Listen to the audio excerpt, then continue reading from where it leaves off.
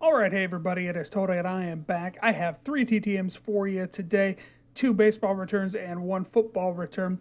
We're going to get things kicked off with one of the baseball returns first, and it comes from broadcasting legend John Gordon. John spent over 30 years in the broadcast booth for the Minnesota Twins.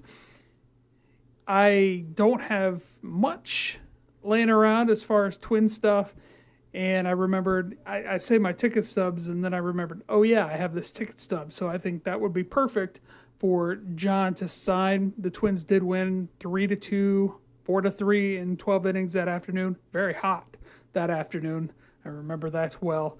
And thought it was perfect. He has a pretty standard note. He writes back to, seems like he writes back to everybody. And when I was reading it, it seemed pretty similar to what Dustin got back a couple of summers ago from him. So it's all good. And he also signed the note card as well. So I got 201 from John Gordon. The next one comes from St. Louis Cardinals legend. Yes, I said that right. St. Louis Cardinals legend. Never thought those words would escape from my mouth. But here he is, Julian Javier. He had the game of his life in the 1968 World Series, Game 7 of the 1968 World Series. Homer, 3 RBI in Game 7. If anybody was going to write their story, I would say all of us would say Game 7 of our particular favorite sport, World Series, NBA Finals, Stanley Cup Finals, final seconds of the Super Bowl, whatever the case is, and Julian Javier had it in the 1968 World Series. He had a heck of a World Series anyway. It was 9 for 25, 9 for 25 with 3 doubles, and just a heck of a World Series. And, you know, sorry, Jim, Picker Jim, for bringing this up so much about the 1968 World Series, but when you have a Game 7 like that, you have to talk about it because it's an amazing game, and why not, right?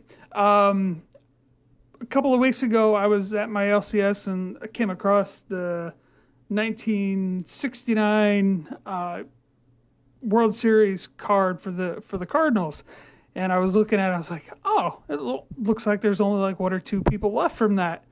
And turns out from Game 7 in particular, there are 3 people who are still with us: Orlando Cepeda, Julian Javier, and one other gentleman, and that name is escaping me right now.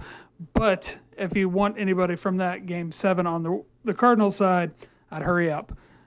And we're going to get to the final one, and it comes from South Bend legend Anthony Johnson.